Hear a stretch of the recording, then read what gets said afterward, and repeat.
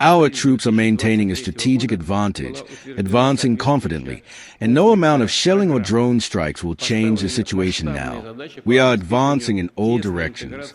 The enemy cannot withstand this onslaught and is resorting to outright terrorist methods, striking civilian facilities and infrastructure, as well as passenger transport.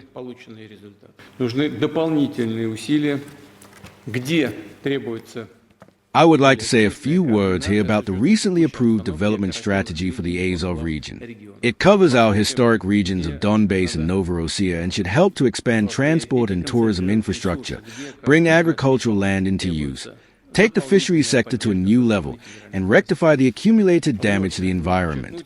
As a result, the resource and recreational potential of the Azov region should increase significantly. Vladimir Putin boasts that Russian forces now hold a strategic advantage on the battlefield, claiming his troops are advancing in all directions despite continued Ukrainian strikes. Dismissing Ukraine's use of artillery and drones, Putin insists that no amount of drones will help, openly taunting Kyiv's war effort and portraying Russian gains as irreversible. He accuses Ukraine of resorting to what he calls terror tactics, alleging that Kyiv is now striking civilian sites, infrastructure, and passenger transport as it struggles to halt Russia's advance. From Donbass to the Azov coast, Putin is also unveiling a sweeping 2030 master plan, promising new transport links, tourism projects, and fisheries development across the gained regions. Социально-экономического развития Донбасса и Новороссии. Dear colleagues, good afternoon. On our agenda are issues relating to the socio-economic development of Donbass and Novorossiya. I would like to remind you that just over 3 years ago, in April 2023, a comprehensive program on this matter was approved. Ambitious objectives were set to ensure the close integration of our historic territories into the country's unified legal, economic, educational, cultural, and information space. Today we will assess the results achieved. And most importantly, we will once again analyze together the areas where additional efforts are needed and where closer coordination is required, taking into account the current situation and operational reports from regional leaders. We will see where resources should be prioritized and where, as I have already noted, additional support from the federal authorities is required. I would like to emphasize once again that, according to the plans, by 2030 the Donetsk and Lugansk People's Republics, as well as the Kherson and Zaporizhzhia regions, are set to meet national standards across all key indicators relating to people's quality of life. To this end, the program provides for some 300 different measures. These include the development of social, housing, transport, and utility infrastructure, as well as the implementation of projects aimed at launching new industrial and agricultural enterprises and creating additional modern jobs. It is important that all federal agencies have joined in this major effort. 26 state-owned companies and 82 constituent entities of the Federation, which have taken on the patronage of specific districts and settlements in the reunited regions. In fact, the whole of Russia, hundreds of work collectives, volunteer movements, and public organizations have lent a helping hand to Donbass and Novorossiya. They have united to help unlock the colossal potential of these lands and create the conditions for productive and stable life there. I am sincerely grateful to everyone involved in this immense work. I know that you have to work in a very tense, difficult, and, at times, dangerous combat environment on the front line amidst drone attacks and shelling. Our troops are maintaining a strategic advantage, advancing confidently, and no amount of shelling or drone strikes will change the situation now. We are advancing in all directions.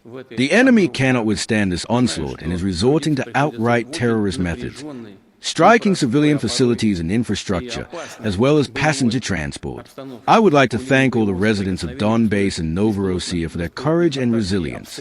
And, of course, the doctors, teachers, utility workers, drivers, staff of many departments, and specialists who are conscientiously carrying out their professional duties and achieving significant results.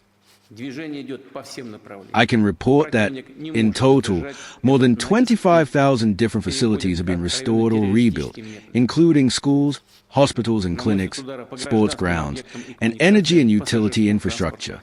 Around 1 million square meters of housing has been completed, nearly 260 industrial enterprises have been launched, and some 19 million tons of grain have been harvested.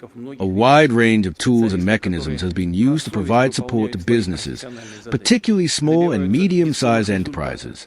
Furthermore, over 8,000 kilometers of roads have been repaired and constructed, including sections of the Azov Ring, a modern motorway connecting our Azov regions.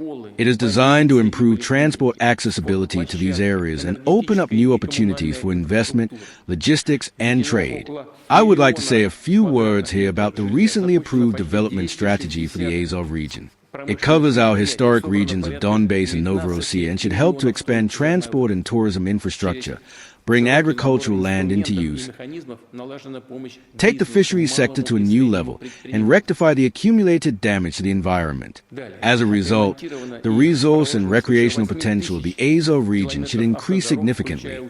I would like to take this opportunity to ask my colleagues in the government, together with the Agency for Strategic Initiatives, local leaders, and business representatives, to focus their efforts on implementing this strategy.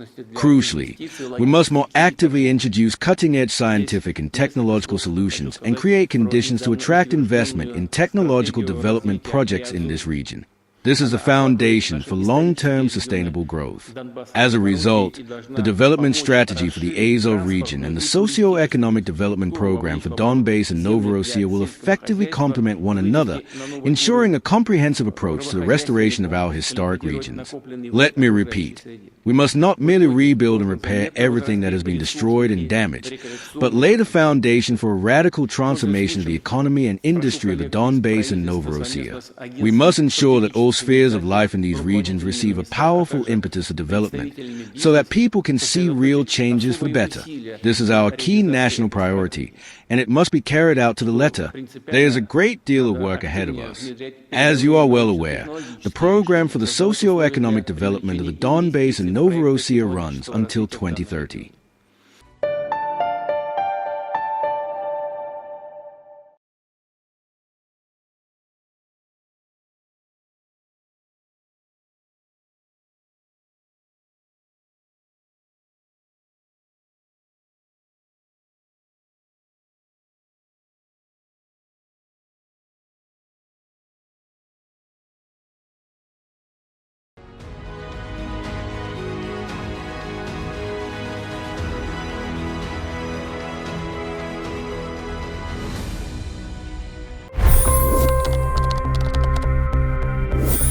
$25 crore गरीब गरीबी को परास्त करके बाहर निकले।